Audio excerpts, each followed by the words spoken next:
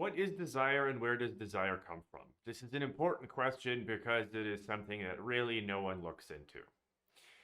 So, this comes from the psychoanalyst called Jacques Lacan, and his formula for desire is demand minus need equals desire. How does desire come about and what is desire? Well, so the idea is like this. When you're born, you're a baby. And babies can't do anything by themselves. In fact, you can't do anything by yourself for most of your life because that's the kind of species that humans are. You're dependent on your mother and your father, mainly your mother, for mostly everything you're going as you're growing up through life.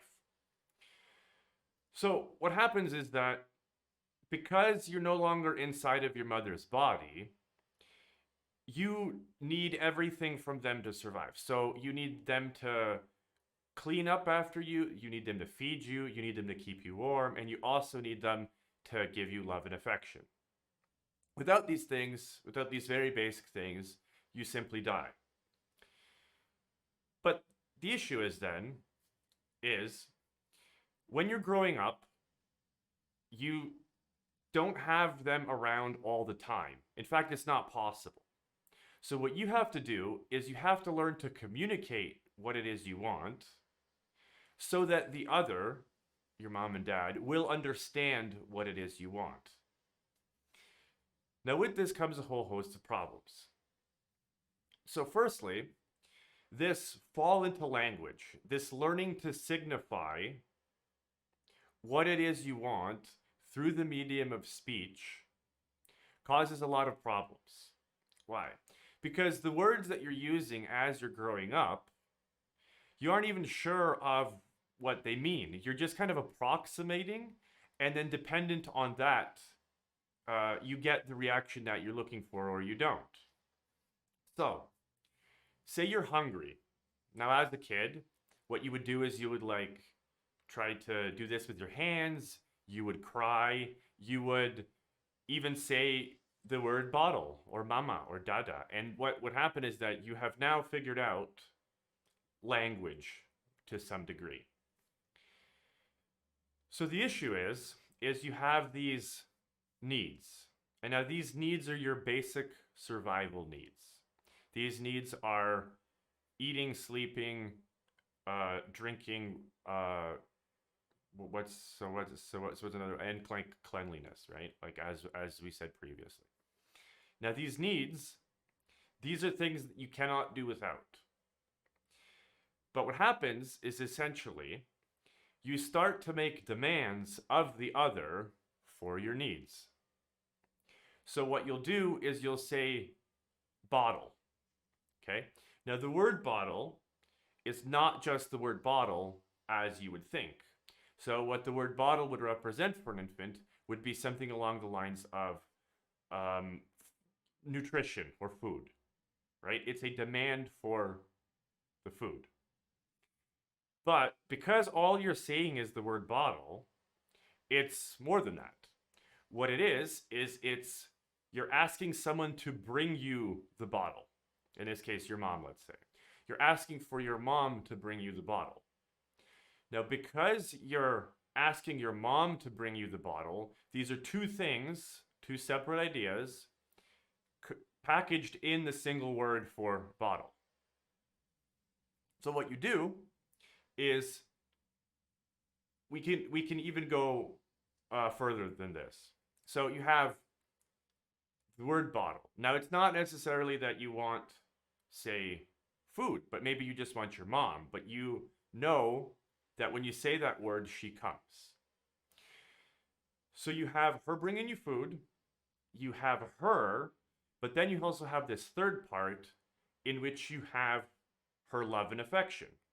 Because when you say the word bottle, she brings you sustenance, and because she's bringing you sustenance, that is also communicating to you that she cares about you, that she wants you to survive, and that as the being that you are, she wants you to live. Okay? She loves you. this comes with some basic and deep problems with that. When you want a thing, okay, the thing that you want is not a part of you. It is outside of you. Okay? So, because and the reason for this is because you don't have it. So, your wanting the thing is a void. It is a negation. Okay? But when I say the word bottle, that means I don't have food. I don't have the bottle. Okay? That thing that I'm looking for is outside of me. It's not located here because I don't have it. It's not located inside of me because I don't have it. I want it. I desire it. And that is here. Okay. Back to the equation. Demand minus need equals desire. So once you are old enough to be able to just live normally, all of your needs you can say are fulfilled. And what you do is you still make demands. And the reason you make those demands is because outside of your needs, you have that third part for love from the other that you want. Now, here's where things get interesting. So, because what happens is that because our desires are outside of us, okay, that love component, that wanting to be loved component, that is a hole, that is a negation, that is a void that we want filled. So what we do is we make demands of others, without knowing that really what we're trying to look for is essentially love. Well, what do I mean by this?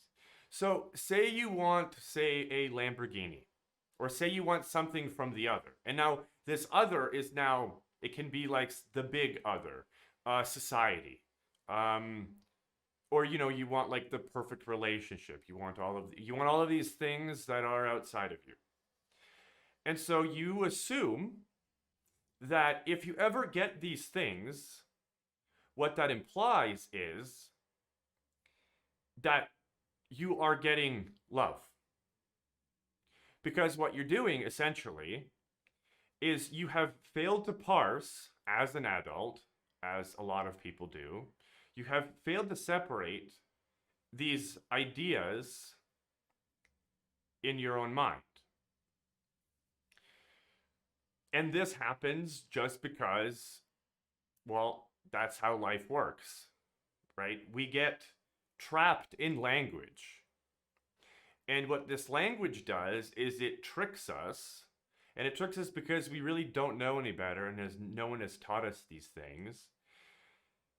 That by trying to attain this conceptual thing, the attainment of it is essentially a recognition of the fact that you are being loved by someone or something, and so therefore you are worthy of love.